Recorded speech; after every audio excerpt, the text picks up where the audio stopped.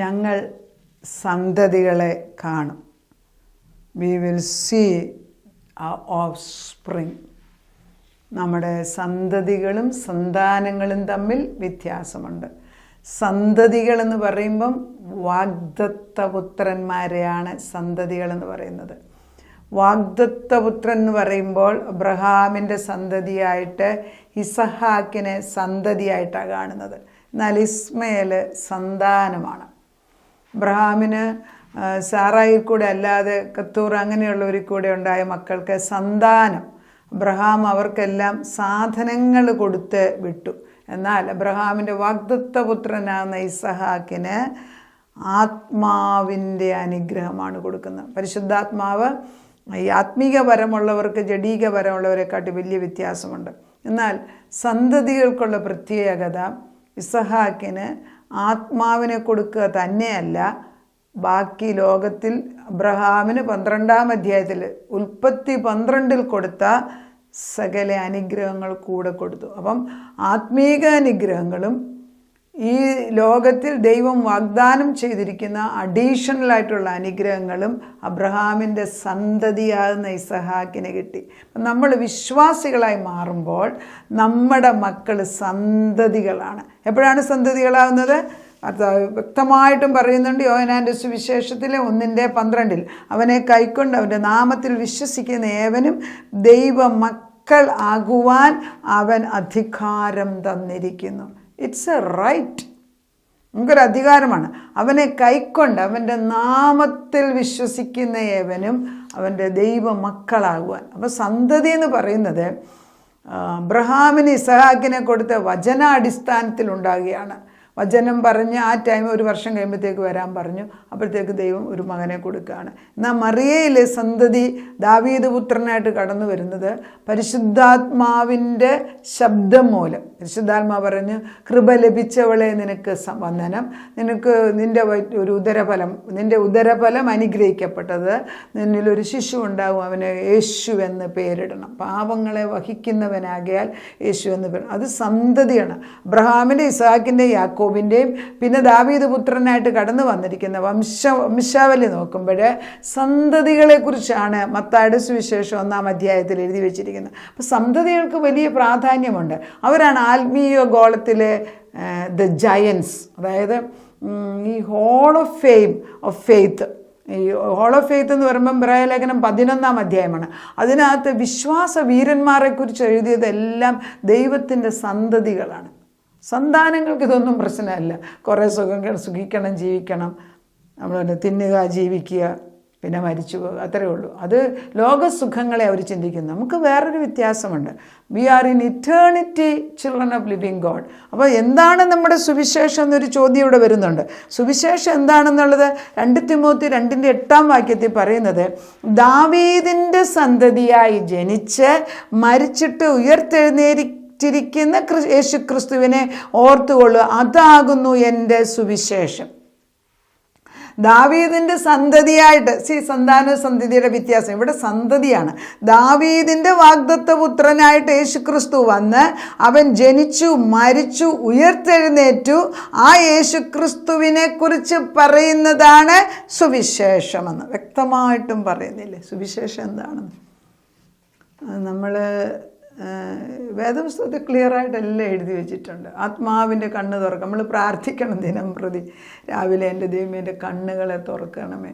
പലപ്പോഴും നമ്മൾ അറിയാതെ ഈ തിമിരം വരുന്നത് പോലെയാണ്, അറിയത്തില്ല, വന്ന് പെയ്യന്. ഇപ്പോൾ നമ്മളൊരു തവളെ പിടിച്ചിട്ട് കുളത്തിലിട്ടേക്കാമെങ്കിൽ അതവിടെ കിടക്കും സന്തോഷമായിട്ട്. അത് പെട്ടെന്ന് ടെമ്പറേച്ചർ മാറുകയാണെങ്കിൽ അത് ചാടി രക്ഷപ്പെടും. പക്ഷേ പെയ്യനെ ടെമ്പറേച്ചർ, അതിൻ്റെ ചൂട് പെയ്യനെ കൂട്ടിക്കൊണ്ടെന്ന് അറിയത്തില്ല, കുറച്ച് കഴിയുമ്പോൾ അത് ചത്തുപോകും. അങ്ങനെയാണ് പല വിശ്വാസികളും.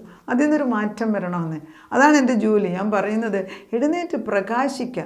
ചുമ്മാ അത് രാവിലെ എഴുന്നേറ്റ് എന്തോ ചെയ്യേണ്ടത്, ഇന്നത്തേക്കൊന്നുമില്ല 3 നേരത്തേക്ക് ഭക്ഷണം ഉണ്ടാക്കണം. അതല്ല, 3 നേരത്തേക്ക് ഭക്ഷണം ഉണ്ടാക്കുന്നതിൻ്റെ വചനമാകുന്ന ഗുളിക എടുത്ത് കഴിക്കാൻ തുടങ്ങും. പരിശുദ്ധാത്മാവ് നമ്മളെ ബലപ്പെടുത്തുക. അപ്പോൾ യോഹന്നാൻ്റെ സുവിശേഷം 1:12 ഞാൻ പറഞ്ഞു, അവനെ കൈക്കൊണ്ടുമ്പോൾ നമ്മൾ ദൈവമക്കൾ. അപ്പം ദൈവമക്കളാകുമ്പോൾ ദൈവം തൻ്റെ സന്തതിയാകുന്ന യേശു ക്രിസ്തുവിനെ നമുക്ക് തന്നതിനാൽ നമ്മുടെ മക്കൾ സന്തതികളായി മാറി.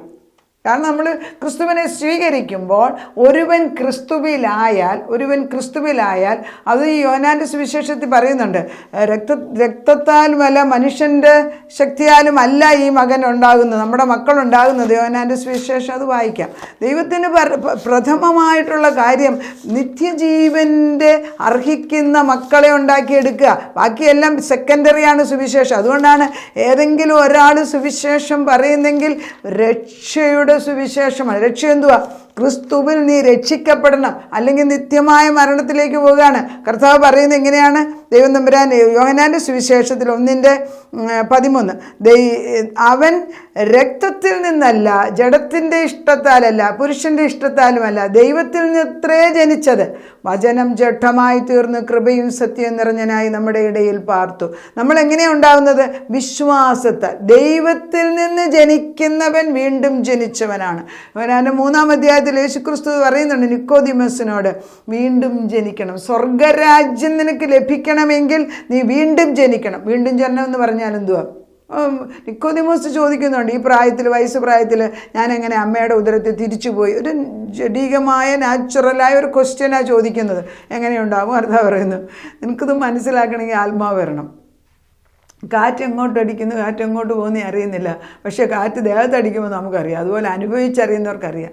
ആ സത്യങ്ങൾ വിളിച്ചു പറഞ്ഞു കൊടുക്കുകയാണ് നമ്മുടെ സുവിശേഷം. അപ്പോൾ ഈ യെശയ്യാ 53:10 അതേ തുടങ്ങിയാണ് ഞാനിത് എടുക്കുന്നത്. 53:10 ഈ 53 യെശയ്യാ 53 ഓരോ വാക്യങ്ങൾക്കും പ്രാധാന്യമുണ്ട്. എല്ലാം എടുക്കുന്നില്ലെങ്കിലും പ്രധാനപ്പെട്ടതെല്ലാം എടുക്കുകയാണ്.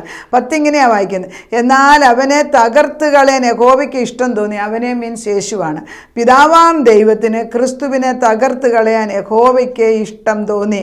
അവനെ കഷ്ടം വരുത്തി. അവൻ്റെ പ്രാണൻ ഒരു അകൃത്യ യാഗമായി തീർന്നിട്ട്, ഇവിടെ കണ്ട അകൃത്യയാഗം, ഈ പാപയാഗം, നമ്മൾ പാനീയയാഗം, അകൃത്യയാഗം, നമ്മുടെ അകൃത്യങ്ങൾക്ക് വേണ്ടി, അല്ലെ നമ്മുടെ ഇനിക്വിറ്റീസിന് വേണ്ടി, നമ്മുടെ പാപത്തിന് വേണ്ടി ഒരാൾ യാഗമായിട്ട്. പഴയ നിയമത്തിൽ മൃഗങ്ങളെ കൊണ്ട് കൊടുക്കുമായിരുന്നു. ആട് ഓരോ വർഷവും ഓരോ കുടുംബങ്ങളും അവരവരുടെ സ്ഥിതി അനുസരിച്ച് ആടിനെയോ അല്ലെങ്കിൽ പക്ഷികളെയോ പ്രാക്കളെയോ ഒക്കെ കൊണ്ട് കൊടുത്തിട്ട്, അല്ലെ കാളക്കുട്ടികളെയൊക്കെ കൊണ്ട് കൊടുത്തിട്ട് പാപം മൂടിക്കൊടുക്കുമായിരുന്നു. അതായത് പാപം പരിഹാരമല്ല, ലംഘനം ക്ഷമിച്ചും പാപം മറച്ചും കിട്ടിയവനെന്ന് അന്നേരം ദാവീദ് പാടിയ. പക്ഷെ ഇവിടെ അങ്ങനെയല്ല, നമ്മുടെ പാപത്തെ എന്നേക്കുമായിട്ട് തുടച്ച് നീക്കുകയാണ് ഈ ഒരിക്കൽ. അതായത് സിമ്പിളായിട്ട് എനിക്കിത് എക്സാമ്പിള്, ഞങ്ങൾ സൗദി വെച്ച് ഞാൻ ഓർക്കുന്നുണ്ട്, സിങ്കിനകത്ത് എന്തെങ്കിലും അഴുക്കുണ്ടെങ്കിൽ നമ്മൾ എത്ര കഴുകിയാലും പോകത്തിന് ക്ലോറക്സ് എന്ന് പറഞ്ഞൊരു സാധനം വാങ്ങിക്കും.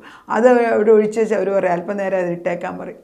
ഒരു 2-3 മിനിറ്റ് കഴിയുമ്പം വെള്ളം ഒഴിക്കുമ്പോഴത്തേക്ക് സിങ്കിലെ മുഴുവൻ അഴുക്കും തന്നെത്താനെ അങ്ങ് പോകും. അപ്പം ഇത്ര ഇഫക്റ്റ് ഈ ക്ലോറക്സിനുണ്ട്. അപ്പം ഞാൻ അന്നേരം മനസ്സിലാക്കി ഇതിലെത്രയോ ഇഫക്റ്റാണ് നമ്മുടെ ക്രിസ്തുവിൻ്റെ രക്തത്തിന്. നമ്മുടെ ക്രിസ്തുവിൻ്റെ ജീവൻ്റെ രക്തം വീഴുമ്പം കഴുകാൻ വയ്യാത്ത ഒരു പാപവും ഒരു ശാപവും ഒരു അകൃത്യവും ഇല്ല. അതെല്ലാം ഏറ്റെടുക്കുകയാണ്. അതുകൊണ്ടാണ് 53 പ്രധാനമായിട്ട് നിൽക്കുന്നത്. കർത്താവ് പറയുന്നത് 53 എന്നാൽ അവനെ തകർത്ത് കളയാൻ പിതാവിന് ഇഷ്ടം തോന്നിയിട്ട് അവന് കഷ്ടം വരുത്തി അവൻ്റെ പ്രാണനൊരു അകൃത്യയാഗമായി തീർന്നു. നമുക്ക് വേണ്ടി ഗിൽറ്റ് ഓഫറിങ്, നമ്മുടെ പാപത്തിന് വേണ്ടി ഒരു യാഗവസ്തുവായി തീരുക ചെയ്തത്. തീർന്നു കഴിഞ്ഞു. ഇതൊക്കെ 700 വർഷം മുമ്പ് യേശുവിന് ഉണ്ടാകുന്നതിന് മുമ്പാണെങ്കിൽ ഏകദേശം 2000-3000 വർഷങ്ങൾക്കോളം മുമ്പ് പറഞ്ഞ കാര്യമാണ് ഞാനീ പറയുന്നത്. അത് സംഭവിച്ചും കഴിഞ്ഞു ക്രിസ്തുവിൽ. അതുകൊണ്ടാണ് ക്രിസ്തുവിനെ സ്വീകരിക്കുമ്പം നമ്മളൊരു പുതുസൃഷ്ടി സന്തതിയാകും നാം പറയുന്നത്. അപ്പം എന്നിട്ടാണ് ഈ അകൃത്യയാഗമായി യേശു മാറിയപ്പോൾ നമുക്ക് എന്തൊക്കെ ലഭിക്കുന്നു എന്നുള്ളതാണ് ഇവിടെ ബാക്കി പറയുന്നത്.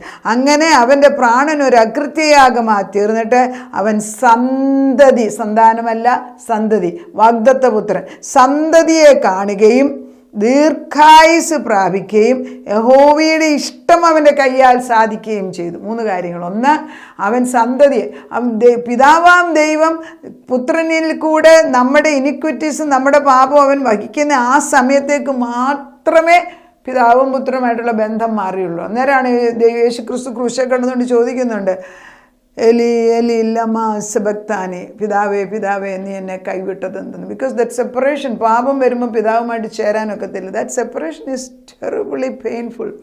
അതാണ് ഈ ജഡീക ക്രൂശമരണത്തെക്കാട്ടിലും ഭാരമേറിയ യേശുവിന് അതായിരുന്നു. തന്നെ സ്നേഹിക്കുന്ന പിതാവിൻ്റെ മുഖം മറച്ചു കളഞ്ഞു.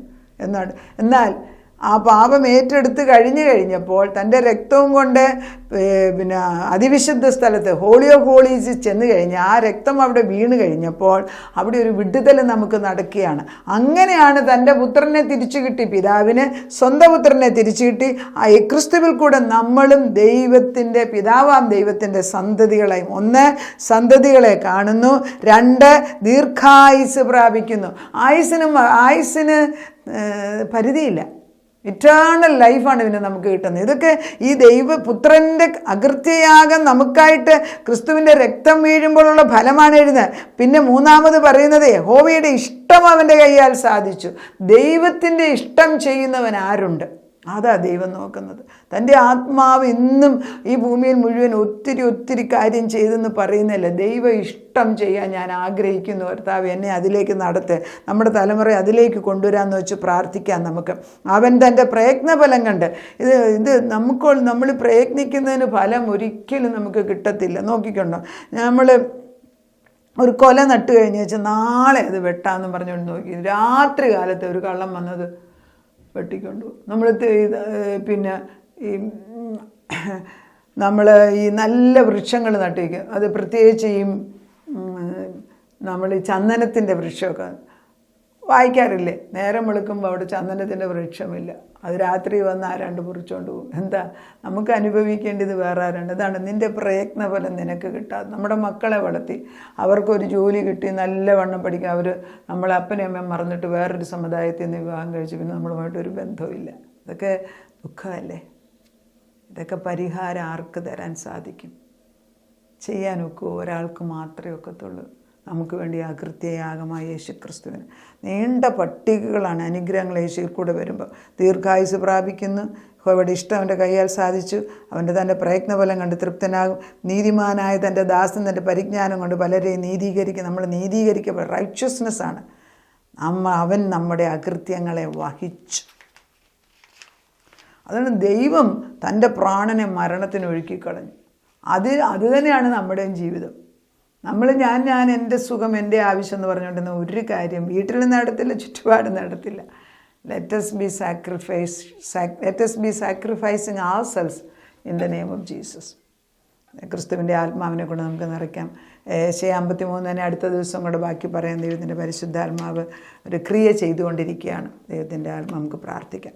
നാഥ, നിൻ്റെ മുമ്പിലേക്ക് കടന്നു വരികയാണ്. പിതാവാം ദൈവത്തിന് തൻ്റെ സ്വന്തം പുത്രനെ ഒരു അകൃത്യയാഗമായി ഏൽപ്പിച്ചു കൊടുത്തു എന്ന് യെശയ്യാ 53:10. ക്രിസ്തു വന്ന് അത് ചെയ്തു കഴിഞ്ഞു. അപ്പച്ചൻ സ്വന്തം പുത്രനെ അകൃത്യയാഗമായിട്ട് നിർത്തി തന്നു കർത്താവെ. അവനെ കഷ്ടം വരുത്തിയെന്നാണ് പിന്നെ പറയുന്നത് കർത്താവെ. കഷ്ടം ദൈവം തമ്പുരാൻ തന്നെ പിതാവാം ദൈവം അനുവദിച്ചുകൊണ്ട് സംഭവിച്ചത്. അങ്ങനെ ചെയ്തതിനാൽ അവൻ സന്തതിയെ കാണാനിടയായെന്ന്. അങ്ങനെ തന്നെയാണല്ലോ കർത്താവ്. നഷ്ടപ്പെട്ട തലമുറകളെ വീണ്ടെടുക്കാനായിട്ട് പുത്രൻ തമ്പുരാൻ വന്ന അകൃത്യയാഗമായി മാറിയതിനാൽ കർത്താവെ, അവിടുന്ന് പിതാവിൻ്റെ ഇഷ്ടം ചെയ്തതിനാൽ ഞങ്ങളെ വീണ്ടെടുക്കുക തന്നെയല്ല, ഞങ്ങളും നിൻ്റെ സന്തതികളായി മാറിയിരിക്കുന്നു. സന്താനമല്ല പക്ഷേ സന്തതികൾ, വാഗ്ദത്ത പുത്രന്മാരായിട്ട് ഞങ്ങൾ മാറിയിരിക്കുന്നു. പിന്നെ ദുഷ്ടശക്തി എന്നാ വിചാരിച്ചാൽ ഒരു പ്രയോജനമില്ല. കർത്താവെ, നീ ഞങ്ങൾക്ക് അകൃത്യയാഗമായി തീരുമ്പോൾ ഇങ്ങനെയുള്ള കർത്താവ് സന്തതികളെ കാണും, ദീർഘായുസ് പ്രാപിക്കും, യഹോവയുടെ ഇഷ്ടം നമ്മളിൽ കൂടെ പ്രാപിച്ചെടുക്കും. അത് കഴിയുമ്പോൾ നീ പറയുന്നുണ്ട് ഞങ്ങളുടെ പ്രയത്നഫലം ഞങ്ങൾ അനുഭവിക്കുമെന്ന്. കർത്താവെ, ഞങ്ങൾ നിന്നിലായി കഴിയുമ്പോൾ സകലവിധ അനുഗ്രഹങ്ങളും അതിൻ്റെ കൂടെ കടന്നു വരും. കാരണം ജയിച്ചവനായ ഒരു ദൈവം ഞങ്ങൾക്കുള്ളതിനാൽ ഞങ്ങൾ നിന്നെ സ്തുതിക്കുന്നു. പക്ഷേ ജീവിതത്തിൽ ഒരു സത്യം അറിയണമെങ്കിൽ ഈ ജീവനുള്ള ദൈവമാണ് ഞങ്ങളെ വീണ്ടെടുത്തിരിക്കുന്നതെന്നും സ്വർലോകത്തിൻ്റെയും ഭൂലോകത്തിൻ്റെയും അധോലോകത്തിൻ്റെയും അധിപതി കർത്താവ് തന്നെയാണെന്ന് പറയാൻ തക്കവണ്ണം ഞങ്ങളെ പഠിപ്പിക്കണം. വചനം വ്യക്തമായിട്ട് അങ്ങനെ എഴുതിയിരിക്കുന്നതിന് ഞങ്ങൾ നിന്നെ സ്തോത്രം ചെയ്യുന്നു. നാഥ, ഞങ്ങളെയും ഞങ്ങളുടെ തലമുറകളെയും സന്തതികളുടെ പദവിയിലേക്ക് ഉയർത്തി നിർത്തുമ്പോൾ കർത്താവ് അതെങ്ങനെ ആ പദവിയിൽ നിന്ന് ജീവിക്കണമെന്നുള്ളത് ഞങ്ങളെ പഠിപ്പിക്കണം. ഇവിടെ ജഡവുമായിട്ട് മിക്സ് ചെയ്യുന്നില്ല. പച്ച ജഡം മാറിപ്പോട്ടെ, ആത്മാവ് ജീവിക്കട്ടെ. ആദ്യകാലത്ത് ദൈവം മനുഷ്യനെ സൃഷ്ടിച്ചപ്പോൾ ആത്മാവ് ഉയർന്നും അത് പുറയിൽ ദേഹിയും അതിന് താഴ്വശയാണ് ജഡം നിന്നത്. ഇന്നിപ്പോൾ നേരെ തിരിച്ചാ പച്ച. എന്നാൽ ഞങ്ങൾ ഈ വചനം കേൾക്കുമ്പോൾ ഞങ്ങളുടെ ആത്മാവ് പൊങ്ങി വന്നിട്ട് അധികാരത്തോടെ ജഡത്തിനെ അടിച്ചു താഴ്ത്തി ആത്മാവിനെ അനുസരിക്കുന്ന പദവിയിലേക്ക് ആക്കുമ്പോൾ ഞങ്ങളുടെ ദേഹീതല അല്ലെങ്കിൽ സോള്, നമ്മുടെ മനുഷ്യൻ്റെ ആ പ്രാണൻ ദൈവത്തിൽ സന്തോഷിക്കാൻ തുടങ്ങും. അതാണ് ഭാഗ്യം. അപ്പോഴാണ് ഞങ്ങൾ ദൈവത്തിൻ്റെ നന്മ ചെയ്യുന്നവരായി മാറുന്നത്. അല്ലാതെ ചെയ്യുന്നതൊക്കെ കർത്താവ് പറയുന്നുണ്ടല്ലോ, 64 പറയുന്നു, നിങ്ങളുടെ നന്മ പ്രവൃത്തികളെല്ലാം ജീർണ വസ്ത്രം പോലെയാണെന്ന്. അത് വളരെ സങ്കടം. അങ്ങനെ സംഭവിപ്പിക്കല്ലേ നാഥാ. ഞങ്ങളുടെ പ്രാർത്ഥന കേട്ട് ഞങ്ങളൊക്കെ തിരിച്ചറിവിൻ്റെ ആത്മാവ് തന്ന് നേർവഴിക്ക് നടത്തുന്നവൻ കൃപയ്ക്ക് നന്ദി. യേശു ക്രിസ്തുവിൻ്റെ പൊന്നു നാമത്തിൽ തന്നെ ആമേൻ.